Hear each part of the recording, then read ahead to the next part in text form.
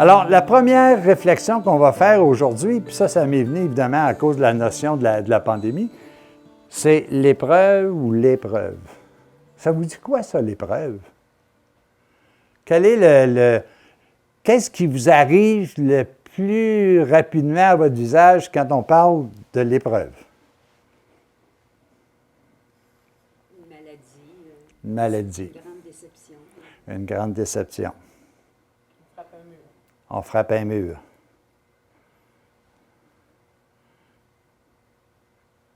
Ça peut nous faire grandir. Ah, il commence à avoir un peu d'espoir en ville. J'ai été à l'école, vous êtes à l'école aussi. Et puis pour passer votre année, qu'est-ce que vous avez eu? Les examens. Une épreuve.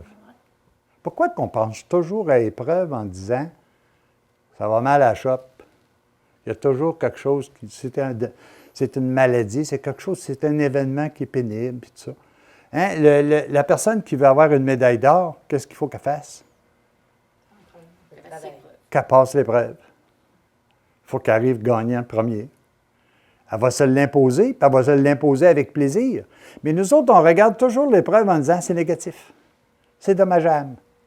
Et c'est pour ça que l'image qui est ici représente la pensée selon, pour ce qui est de l'épreuve, selon les saisons. Si on prend par exemple, je ne sais pas, mettons qu'ici, c'est le printemps. Le printemps, c'est l'espoir.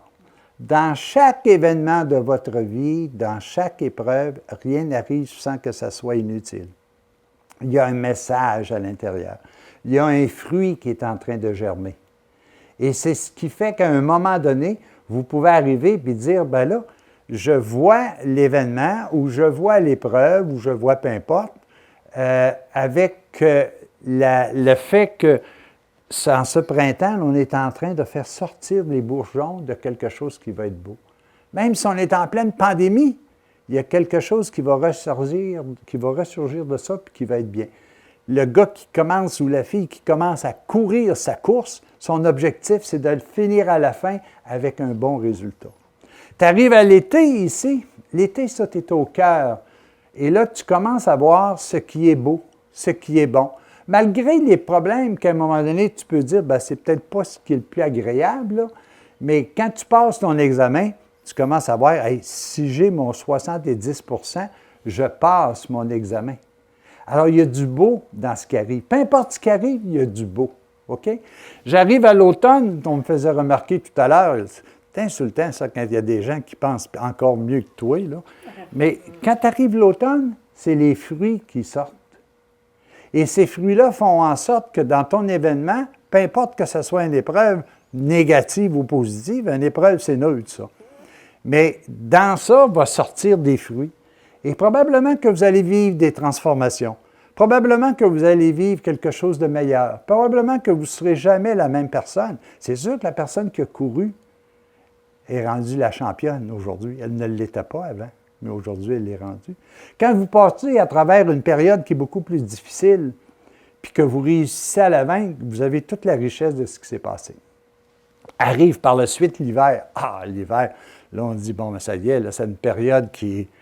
Mais quand vous êtes en pleine période hivernale, vous pensez à quoi? Au printemps. Le printemps s'en vient. Le printemps s'en vient. Et dans votre épreuve, à un moment donné, c'est comme je l'ai vécu personnellement, je me disais, à Noël, ça va être fini. À Noël, ça va être fini. Pourquoi? Parce qu'il y a une période où ça doit se régler de même. Ou bien quelqu'un qui attend de passer un examen, puis ça l'effraie. Puis là, tu dis, après, ça va être fini. Après va revenir le printemps. Après, alors ça, je pense que c'est important qu'on soit capable de regarder dans ce sens-là. Donc, je vous dis, toute épreuve. Puis épreuve, là, il n'est pas négatif, puis il n'est pas positif, là. Toute épreuve, vous pouvez la regarder avec la pensée saison que vous voulez. Puis ça, c'est essentiel que vous soyez capable de le voir comme ça. Quand vous regardez le dictionnaire, votre dictionnaire, puis que vous définissez le mot événement, le mot événement, c'est neutre. On ne dit pas dans dans une définition d'un événement, c'est quelque chose de négatif, c'est quelque chose de positif, c'est quelque chose qui est neutre. C'est vous autres qui allez faire ce que vous voulez que ça soit, cet événement-là. Il peut être beau, il peut être moins beau, il peut être désastreux, ça dépend de vous autres, ça. Puis ça, je regarde le mot épreuve, c'est pareil. Il n'a jamais dit qu'une épreuve, c'est quelque chose qui... Non, c'est un examen que l'on doit passer.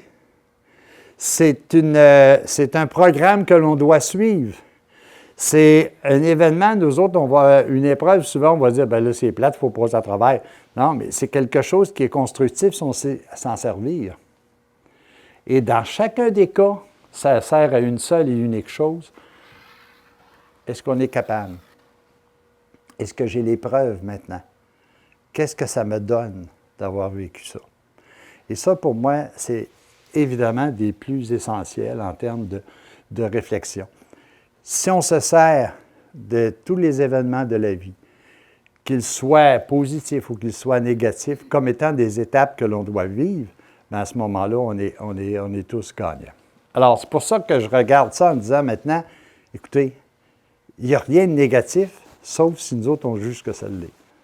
Ça cogne à la porte. J'accueille.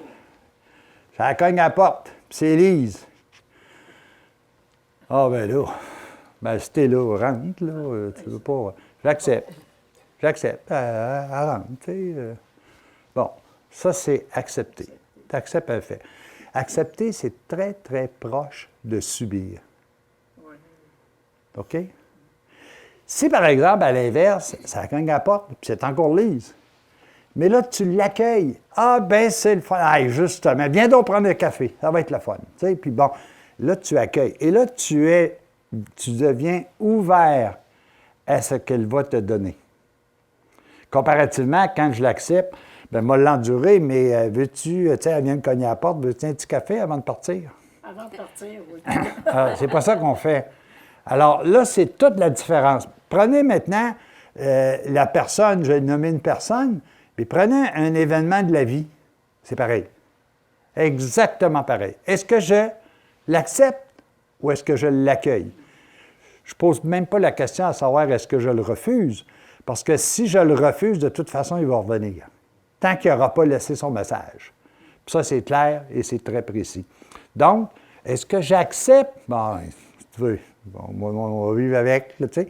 Mais là, à ce moment-là, ça veut dire que je subis l'événement. Mais si je l'accueille, j'essaye de trouver ce qui est beau, ce qui est bon, ce qui est juste, ce qui est louable, malgré le fait que je peux trouver des événements qui sont plus difficiles que d'autres. Alors ça, je pense que c'est essentiel qu'on soit capable de le regarder comme ça. Prenez juste cette notion-là, puis le matin, en vous levant, vous dites, moi là, aujourd'hui, je suis dans une situation où je ne connais pas qu'est-ce que sera ma journée. Mais peu importe ce qui va arriver, je l'accueille. Et je me pose juste une question. Qu'est-ce qui est beau? Qu'est-ce qui est bon dans ce qui m'arrive? Même si je pense que ce n'est pas correct. OK? Et ça, c'est essentiel que vous soyez capable d'œuvrer comme ça, parce qu'on en arrive sans ça à arriver à des situations qui sont très, très difficiles. Dans l'accueil, il y a plus d'amour. Dans l'accueil, il y a une réception. Il y a de l'amour, mais j'accueille. Tu sais, j'ai tel travail à faire, je l'accueille, excusez-moi. Alors, je pense que c'est important qu'on soit capable de regarder de cette façon-là. Maintenant, quand vous arrivez face à un événement, prenons la partie peut-être plus négative d'un événement, d'une épreuve au sens où vous me l'avez défini tout à l'heure. Bien, l'épreuve, c'est ça. Ça, ici, là, c'est l'événement négatif de votre vie. Puis quand vous êtes dedans, là, que vous regardiez là, il fait noir. C'est sombre. Vous voyez rien d'autre que ça. Parce que vous êtes imprégné de la difficulté ou de l'événement qui vous est présenté. Si c'est quelque chose qui est formidable, bien, vous allez être dans la joie, tout ça va devenir pâle. OK? Mais si je reste dans mon épreuve, Je ne peux pas faire autrement que de voir ce qui ne va pas autour. Et ça, là, c'est la majorité de nos problèmes. On reste dans l'épreuve. On va s'isoler. On va faire en sorte que on va vivre ça tout seul. On n'essaie pas de se distraire. Distraire là, est un mot là, qui n'est pas négatif dans ce sens-là, mais on se concentre dans nos pensées. Et la seule affaire qui est intéressante, c'est ce que je pense maintenant, puis ça va mal. Là, vous ne pouvez pas vous en sortir parce que vous êtes devenu prisonnier de votre situation. Laurent Gagnon, il disait à un moment donné, parce que je lui avais parlé de situation, il dit, gars, Jacques, là, ce que tu ressens, là, prends-le, puis passe-le en dehors, puis le recule, regarde, puis dis, qu'est-ce que je fais avec ça? Et là, tu viens de te détacher. Parce que si tu restes attaché à cette situation-là, ton problème, c'est que ce n'est pas toi qui mène, c'est la situation qui mène. Et là, tu ne peux pas voir autre chose que ce qui est négatif, puis ce qui est difficile. Puis vous allez avoir de la misère à vous en sortir. On aura beau venir vous dire toutes sortes de belles choses. Non, mais moi, c'est pas pareil. Moi, là, c'est... je souffle, là. On voit que toi, là, ça t'est pas arrivé, là, tu sais. Puis, bon, on comprend. Comment est-ce qu'on peut faire maintenant? Bien, très rapidement, arriver et dire, ben simple, élève-toi.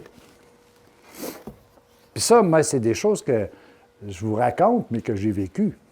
Je ne vous arrive pas en disant, écoutez-moi bien, là, ça, là, c'est juste, j'ai lu ça dans un livre à la page 324 de tel tome, là, ou du 8e tome de choses.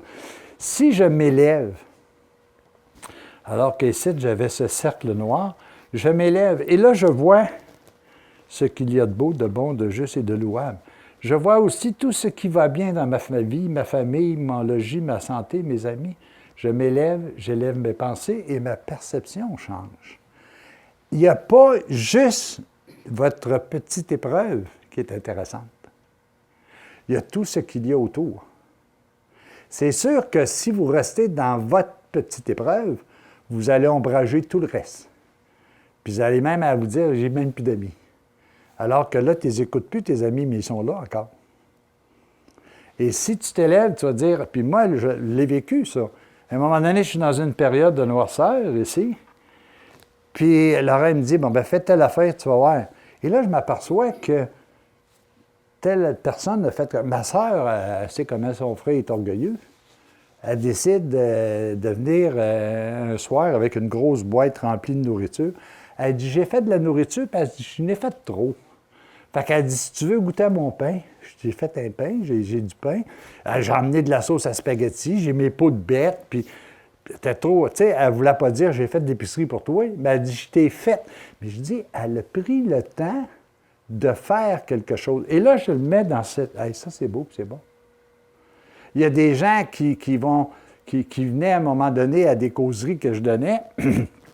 Et puis, le soir, quand je partais, j'arrivais dans la salle de bain, puis en dessous du rouleau de papier à toilette, il y avait 20 piastres. Ça fait là. Ça sonne à la porte un jour. Ça sonne à la porte un jour, puis quand je rouvre la porte, il y a une petite enveloppe, puis c'était marqué avec une écriture d'enfants, pour vos enfants. Puis tu rouvres l'enveloppe, c'était un paquet de petits sous qu'il y avait dedans, des 25 cents, des 5 cents, des...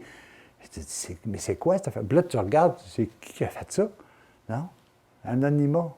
Mais là, j'ai commencé à voir que c'était beau, c'était bon. Et malgré cette souffrance-là, on a payé, en 4 mois, on a payé à la maison. Pourquoi? Parce qu'on s'est restreint sur telle affaire. On a décidé, par exemple, que ça, c'était pas prioritaire d'avoir 2 chars. On a vendu un char. On avait un terrain, puis on se disait, un jour, peut-être qu'on va se construire là, mais là, c'était pas le temps de se construire. Fait qu'on a vendu le terrain. Finalement, on ramasse l'argent, puis on devait, je sais pas, une quarantaine de mille piastres à la maison. Dans le temps, là, c'était un gros montant. Puis là, on avait à peu près la moitié. Il m'arrive 2 personnes, puis il dit, hey, là, je viens d'avoir le renouvellement de mon hypothèque, puis ça ne marche pas partout. Fait qu'il dit, la personne me pose la question, que c'est que tu as besoin? Fait que j'ai dit, ben là, on a 20 000 sur 40 000 qu'on doit. Ah, ben ça tombe bien. Il dit, moi, j'ai un 10 000 là, qui vient de sortir d'un placement. Puis l'autre à côté, ben dis-moi, je dis, moi, te prêter 10 000 aussi, me prête tous les deux 20 000, je m'en vais à la caisse, puis je paye ma maison alors que j'ai pas de travail. Mais parce que j'ai regardé ça. Tu les rembourses après. Puis tu les as remboursés. Moi, je les ai remboursés tout de suite après la décision. Alors, quand arrive tout cet aspect-là, je suis obligé de regarder ce qui est beau. Puis regardez, malgré tout, là, il y a beau avoir ça. Hey, on a une maison, on a de la nourriture, on est en santé, on n'a pas de guerre autour de nous, sauf la guerre qu'on provoque. Mais ça, là, est-ce qu'on regarde ça? Et si on regarde ça, on va s'apercevoir que notre petit nombril noir, recette là, il n'est pas si essentiel que ça.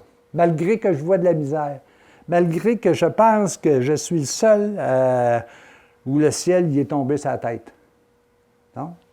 Tout ce qui est épreuve est là pour me donner un message, me réorienter, me démontrer qu'il y a peut-être un autre chemin à suivre que celui que je suis en train de suivre. Alors ça, c'est une façon. Il y a d'autres éléments qui sont intéressants aussi. Ah, celle-là, là. Savez-vous c'est quoi celle-là? L'équilibre. C'est l'équilibrisme, mais comme vous pouvez voir, il n'est pas sur le bon bord. Fait que l'équilibrisme, il marche de même. Comment est-ce qu'il y en a qui, face à une épreuve, te disent « Ouh! Tu sais, je le savais bien que ça arriverait.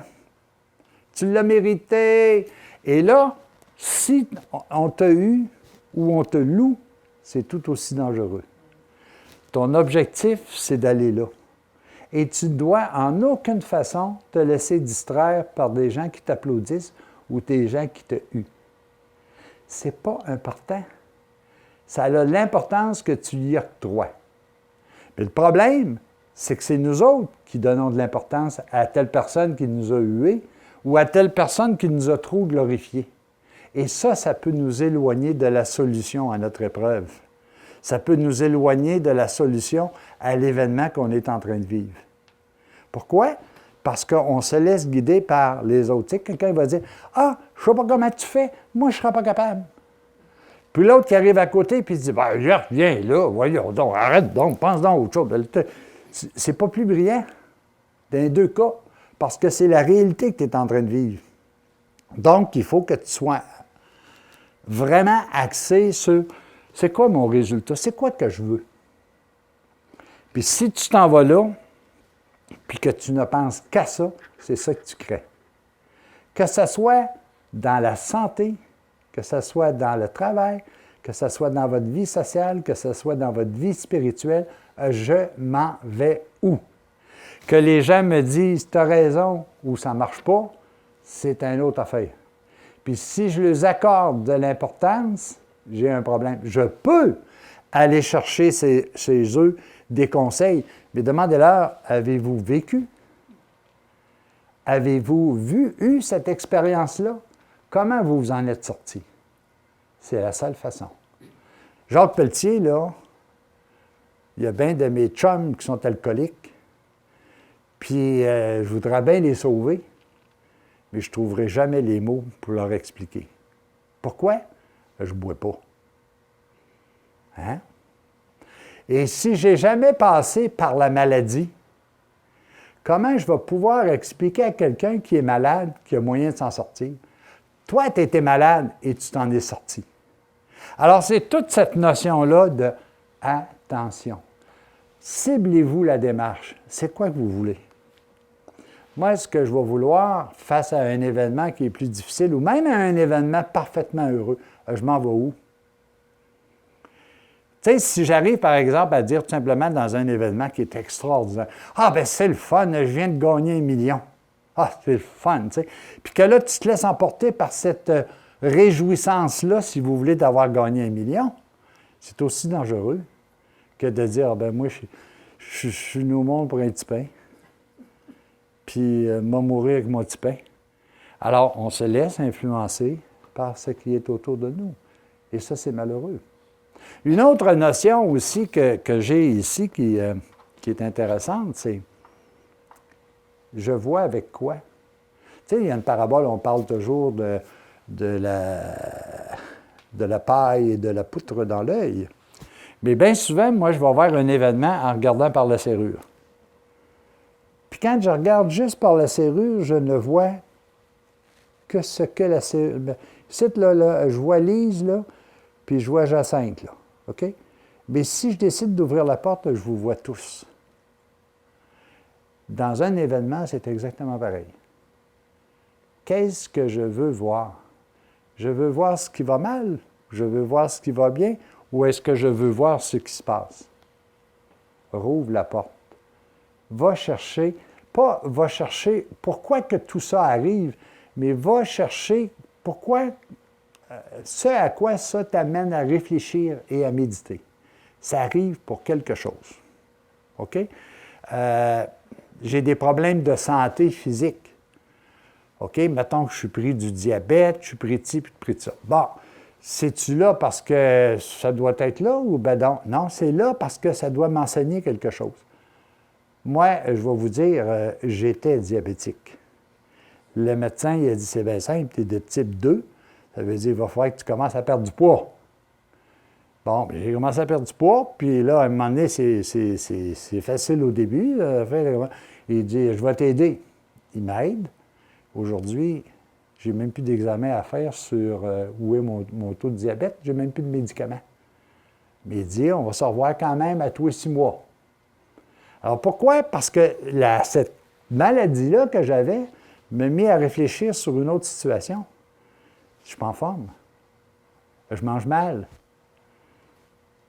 J'espère que vous ne pensez pas que je m'en vais tout végé, là, mais ce que je veux dire, c'est qu'en réalité, cette notion-là a fait en sorte que j'ai pu réfléchir et puis ça m'a donné une possibilité de trouver un élément de solution face à ça. Ça, je pense que c'est important aussi. Arrêtons de regarder juste avec notre lunette, là, notre coin de serrure, mais ouvrons la porte au complet. Et la porte va venir me dire exactement ce que l'événement, ce que l'épreuve, ce que doit m'amener à réfléchir. Il n'y a rien qui arrive sans que ça soit inutile. Tout est utile si on est capable de l'accueillir. Non pas de dire, ben, moi, l'accepter, que ça peut faire que ça arrive, il faut être fataliste dans la vie, bon, etc. Même la mort. Si vous acceptez la mort, bien, vous l'acceptez comme un fait. Si vous l'accueillez, à ce moment-là, vous allez l'accueillir et vous allez comprendre qu'est-ce qui arrive après. Parce qu'elle aussi, elle est messagère. Elle vient vous dire quelque chose. Elle vient vous parler de l'après. Ça, à un moment donné, on va revenir là-dessus avec une autre situation. L'autre élément, je ne sais pas c'est quoi, là, mais je découvre en même temps que vous autres. Ah oui! Ça va finir de même. Mais je vais vous dire une chose. À cause de la décision qu'on a prise un jour de vivre notre propre plan, plutôt qu'un plan qui nous amène vers le bonheur total, on a décidé de prendre le plan. Alors, on a décidé de porter notre propre croix. Et la croix est bien simple, j'ai eu seulement qu'à faire ça. Puis vous ressemblez à quoi? À une croix. Puis ça dépend de vous autres, ça ne dépend pas des autres. Alors, face à ça, est-ce que je porte ma condition de vie? Est-ce que j'accepte ma condition de vie? Est-ce que cette condition de vie-là est là pour me donner le message ou pas? Et ça, je pense que c'est essentiel qu'on soit capable de regarder ça d'une façon très importante. Vous savez, là, il y a toujours une façon de regarder les éléments d'une... Quelles sont les étapes face à un événement qui est plus difficile pour vous autres? Qu'est-ce qu'on fait d'abord? On refuse. On refuse. Après, on refuse parce qu'on se dit, bien, pourquoi ça m'arrive? Je n'ai rien fait. Non, tu n'as rien fait, mais ça t'arrive pareil. Alors, il y a une négation face à une situation. Et c'est ça qui vous fait souffrir. C'est ça qui nous fait souffrir. Pourquoi? Parce qu'on n'accepte pas l'événement. Ah, c'est injuste. Non. Même si c'est injuste, c'est positif pour vous autres. C'est positif pour nous autres. Après ça, tu arrives dans une condition où tu dis, bien, il va falloir que je m'adapte. Et là, tu passes dans une autre phase. Mais au moins, tu ne refuses pas. C'est comme si tu disais, je vais essayer de me reconfirmer dans quelque chose qui va me permettre de ne pas vivre ça. Accepter ce qu'on ne peut pas changer. Tu te transformes tranquillement, pas vite. OK? Dans certains cas, on va parler même d'une transfiguration. Tu n'es plus pareil, tu as changé, tu as accepté de changer. Et finalement, à la fin de tout ça, tu vas accueillir cette situation-là. Et puis ça, je pense que c'est important. Dans l'expérience de vie que moi j'ai eu à faire face à des événements de vie, il y avait des étapes qui étaient suivantes. La première affaire, là, change-toi les pensées. Change tes idées. Hey, penses-tu que moi, avec ce qui vient de m'arriver, que j'ai le goût d'aller au cinéma, que j'ai le goût je ne sais pas, moi, d'aller jouer au quilles, puis de faire du sport. Il me semble que tout le monde est en train de me condamner partout, puis, tu sais, bon, tout le monde pense rien qu'à mes malheurs, plutôt qu'à bon, etc. La personne m'a expliqué, non, c'est pas ça, changer les idées. Changer les idées, c'est de transformer ta pensée. C'est de faire en sorte d'être capable de voir la partie qui est plus ici, là, qu'on mentionne, là. Puis si tu es capable de faire ça, là, tu vas être capable, après ça, de pouvoir cheminer dans ta démarche dans laquelle tu es prise. Deuxièmement, fais donc la liste de ce qui est beau puis de ce qui est bon dans ce qui t'arrive. On ne fait jamais ça. Mais la liste, là, c'est pas de même, ah oui, il y a ça, oui, il y a ça. Non, il faut que tu l'écrives. Savez-vous pourquoi? Parce que l'écriture, c'est une concrétisation déjà de ta pensée. Tu l'as arrêté. OK? Puis là, tu as arrêté ce qui est bon, tu as arrêté ce qui est mauvais. Moi, j'avais dit à ma personne qui m'avait dit ça, bien, pas de problème, as-tu 2 minutes, moi, tout te dire ça, ce qui va mal. Non. Sois honnête. Prends un mois, puis au bout d'un mois, fais la liste de tout ce qui est beau et bon qui t'est arrivé par rapport à ce qui va mal. Puis je te garantis une chose, ta liste de ce qui est bon va être beaucoup plus longue que ce qui est mal. Et effectivement, ma liste de tout ce qu'il y avait de beau et de bon qui m'est arrivé a été nettement supérieure à ce qui était négatif pour moi. Après ça, il dit, tu vas accepter l'événement.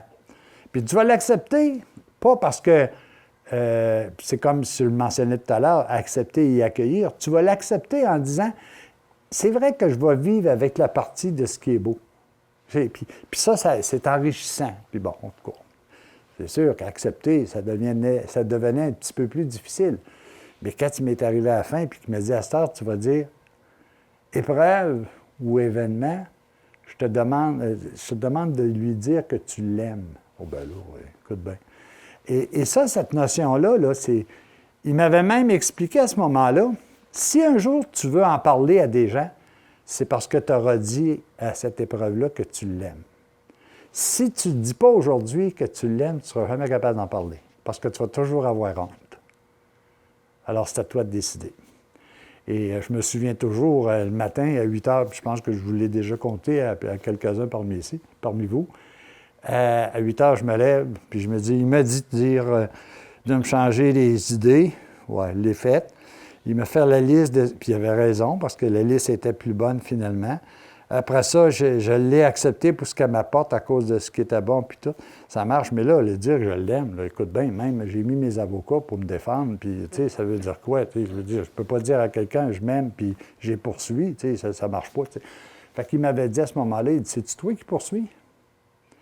Fait que je dis non. Il dit, c'est mon association des cadres qui me défait. Ah, c'est pas toi qui poursuis, c'est mon association des cadres. Laisse-la faire, eux autres, c'est le problème. Fait que là, je me suis assis sur le bord du lit, puis j'ai dit, écoute, bien, 1, 2, 3, je l'ai cru, le bonhomme, puis il avait raison de faire ça. Là, ce que je vais te dire, là, dis-toi que je ne le crois pas. Mais, je vais me baser sur le fait que les 3 autres affaires que ce monsieur m'a dit de faire, j'y ai cru. Alors, je vais me baser sur sa foi pour te dire la parole que je vais te dire, là, mais dis-toi que c'est parce que je t'appuyais sur sa foi, c'est pas parce que moi j'y crois. Fait que j'ai dit, épreuve, je t'aime. 1 heure après, le téléphone sonne, tout est fini. Alors, quand tu le regardes, c'est ces étapes-là qui sont là. Et on est tous là. On ne vous demande pas de vivre toutes ces étapes-là dans une seule journée, là. Mais vous allez tous passer par ça pour pouvoir arriver. Et la guérison est à la 4e étape. Ça ne veut pas dire qu'on est sauvé comme on voudrait devenir, mais ça veut dire qu'on va on va sortir de notre souffrance ou de notre épreuve grandi. Puis, il va toujours avoir ce que moi j'appelle, il va toujours avoir des petits poteaux de signalisation à un moment donné. Parce que vous allez toujours vous rappeler, « Hey là, si on a fait ça de même, ça n'a pas marché de même, puis là, faites attention. » Et ça, c'est l'expérience de vie. Et ça, c'est important que vous puissiez travailler dans ce sens-là. Alors, écoutez, les épreuves dans la vie ou l'épreuve, ça sert toujours à dire, est-ce que je peux aller plus loin? Vous avez telle situation, est-ce que je peux aller plus loin? Vous allez apprendre des méthodes. Il y a des gens, moi, qui me disent, à un moment donné, j'ai fait confiance à Dieu, puis j'ai été guéri, je ne sais pas comment ça. J'ai dit, pose-toi pas de questions, laisse aller ça de même. OK? Mais c'est comme ça. Maintenant, il faut accepter qu'on soit capable de se servir aussi de ces outils-là, qui sont tout simplement des outils pour nous permettre de grandir. Est-ce que vous avez des questions? Est-ce que vous avez des commentaires face à ça? Parce qu'on a beau se révolter, ça ne changera rien. On a beau se résigner, ça ne changera rien. Quand on va se mettre, par exemple, à accepter et à accueillir, là, les choses vont se transformer. Nous autres, on est passé dans tous ces éléments-là habituellement. Donc, aujourd'hui, il vous arrive un événement qui est plus difficile, restez pas dedans. Élevez-vous, puis essayez de voir ce qui est beau à côté. Prenez toujours pour acquis que dans toute période qui est difficile, il y a une zone de révolte, il y a une zone de résignation, mais il y a aussi une zone d'accueil. Puis, qu'est-ce qui fait que ça fait mal? C'est quand on retarde de passer à la phase accueil. Si on reste pris dedans, comme par exemple, on a un conflit avec quelqu'un, tant et aussi longtemps qu'on reste dans le conflit puis qu'on n'a pas cherché dans cette personne-là ce qui est beau, ce qui est bon, ce qui est juste, ce qui est louable, on souffre autant, sinon plus, que cette personne-là. Elle ne se rappelle même plus ce qui s'est produit. Mais cette épreuve-là, vous la vivez, alors qu'on pourrait tout simplement la régler immédiatement, puis ça deviendrait quelque chose qui n'est même pas une épreuve parce que vous avez découvert la personne d'une façon différente. Alors ça, c'est excessivement essentiel qu'on soit capable de le regarder de même. Donc, en conclusion de tout ça, c'est fort simple. Hein? C'est que les épreuves qu'on a, c'est celles qu'on souhaite. Puis, les épreuves qu'on a, c'est celles qu'on est capable de faire face. Quelqu'un me disait un jour, oubliez jamais, là on vit toujours sur le plan terrestre, nous autres. Là. On s'imagine qu'on est le nombril du monde et qu'il n'y a personne autour de nous autres. OK? Il dit, n'oubliez pas qu'à chaque fois que vous avez quelque chose qui vous place dans une situation de souffrance, dites-vous qu'à côté, il y a un maître. Puis ce n'est pas un maître physique, là.